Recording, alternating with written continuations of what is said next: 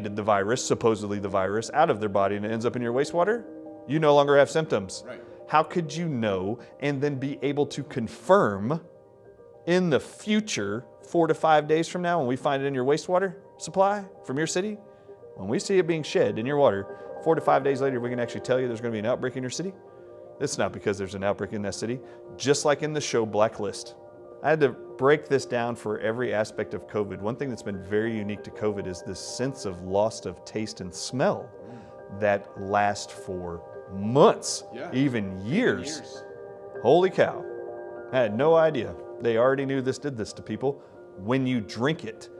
For the people who are the natural healers or the individuals who've got bitten, when they actually suck the venom of cobra into their mouth and then spit it out, they have this loss of taste and smell that can last 12 months, a year and a half. It's just from having it exposed in the mouth, which is exactly what's happening when it's being put into our water. Now, the thing about the water is this. They are using the water systems because they can target specific demographics.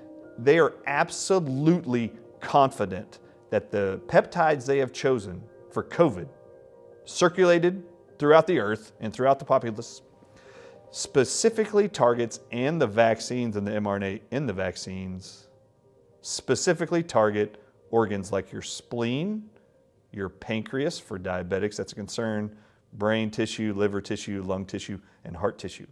So if you already have a disease process of inflammation of any of those organs, you are the ones they're targeting. So the people that work at my water treatment facility are aware of this? They're in on it? No.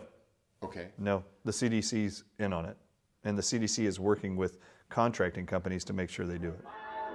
Mild and kind. Kent is kind tasting to your taste buds, kind tasting to your throat. So there's nothing to disturb your full enjoyment of the goodness of Kent's finest quality tobaccos. So get your taste buds back to normal.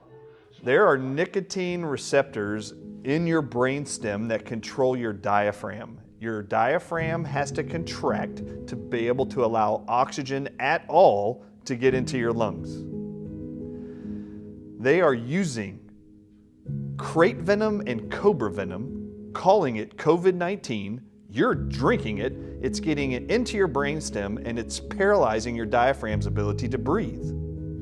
I cannot say this enough. In the very beginning of COVID, it was being reported around the world that the least demographic represented in hospitals being hospitalized for COVID-19 were smokers. Around the world, it was less than 5% of everybody in hospitals were actually smokers. And they found that odd only because this was a respiratory virus. Doesn't make any sense. Wouldn't it be that the people who are shoving tobacco and nicotine in their lungs would be more apt to be traumatized by a novel respiratory virus? But that's not what they saw. What was amazing is when this started getting reported in the first 6 months of COVID in 2020 around the world, guess what our federal government did? Anthony Fauci, the NIH, CDC, and the FDA all came out and started pumping in the media that there's no better time than right now to quit smoking. And they actually lied to you, and they lied to the entire world and said smokers are being hospitalized at rates higher than any other demographic. Well, the truth is, these nicotine receptors that are affected by cobra venom and crate venom that control your ability to breathe and was causing your oxygen levels to fall, that on a pulse oximeter looks like you have pneumonia. No, you weren't. You were being paralyzed, actually. You couldn't breathe. And your heart rhythm was actually being dropped by the same receptors. Do you know that smokers, nicotine ties to those, and then cobra venom and crate venom can't bind to those receptors, so it can't paralyze your diaphragm? So they knew and were theorizing in France in April of 2020 when they figured out that it was the nicotine receptors that control the diaphragm's ability to breathe, was what the spike protein was targeting because it most looked like the neurotoxin, neuro being brain, neurotoxin of crate and cobra venom. They started theorizing that studies need to be done that we start giving people nicotine to protect them from getting COVID. It absolutely is known that nicotine is protective against COVID-19 because it stops these venoms from damaging and connecting to these nicotine receptors in your brain that control your diaphragm's ability to breathe. But once you go into a hospital because you can't breathe, if you're not a smoker and you don't do the nicotine, they put you on remdesivir. Remdesivir is venom from a cobra. It's attaching itself to the nicotine receptors in your brain. You then can't breathe, and then at the same time, it destroys the inside of your lungs through what's called a cytokine storm. That is what cobra venom does. We've got to get this guy on a ventilator, or this gal. And then they say they got to put you on a ventilator. Why are they putting you on ventilators? They're putting you on ventilators because they're going to put you on sedation drugs to put you on the vent, and they can actually murder you by euthanizing you with drugs that act similarly to the venom. They have to sedate you because when they go to shove a tube down your trachea to get into your lungs, You'll pull it out. you'll pull it out or you'll fight them as they're trying to shove it in there. So they have to sedate you. So they use morphine, fentanyl, Precedex, lorazepam, or midazolam. Those 5 drugs act on the same centers of your brain that control the diaphragm's breathing and your heart's ability to breathe. These drugs are euthanizing drugs, and they actually will put you on these protocols at the same time they have you on remdesivir.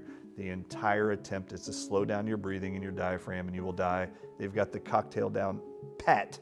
The average person dies on day 9 of COVID-19 hospitalized treatment. They only authorize, per the NIH, 2 5-day treatments of remdesivir. It's amazing that the 9th day is the day that most people died. In February of 2020, the Wall Street Journal was allowed to produce an article, and they particularly speak to the word virus in coronavirus pandemic. And in this article, it actually states that the Latin definition historically for virus, originally and historically, virus meant and means venom. So I started to wonder, well, what about the name corona? Does it have a Latin definition or a definition at all? So I actually looked up what's the definition. And on dictionary.com, it brings up 13 definitions. Corona, religiously, ecclesiastically, means gold ribbon at the base of a mitre. And I didn't know what a mitre was. So I copied it and pasted it and then hit images. So this actually could read the Pope's venom pandemic. It also can read crown. Corona means crown also in Latin terms. Corona means crown. Visually, we see kings represented with a crown symbol. Right. So put that together for me. King, Cobra.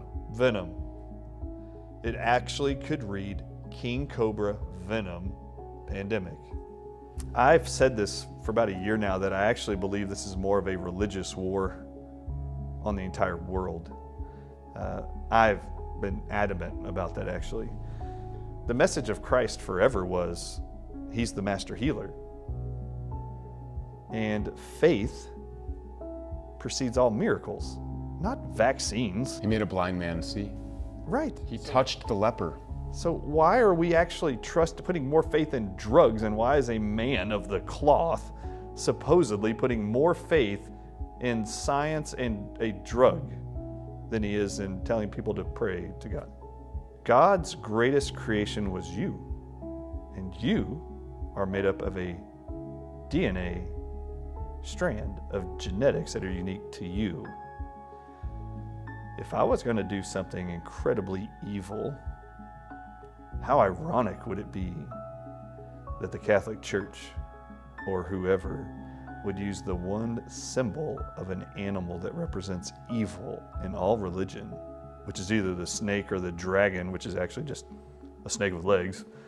You take that snake or that serpent and you figure out how to isolate genes from that serpent and get those genes of that serpent to insert itself into your God-given created DNA. I think this is the plan all along, was to get the serpents, the evil ones' DNA into your God-created DNA. And they figured out how to do it with this mRNA technology. They're using mRNA, which is mRNA extracted from, I believe, the King Cobra venom. The King Cobra venom. And I think they want to get that venom inside of you and make you a hybrid of Satan, no longer just belonging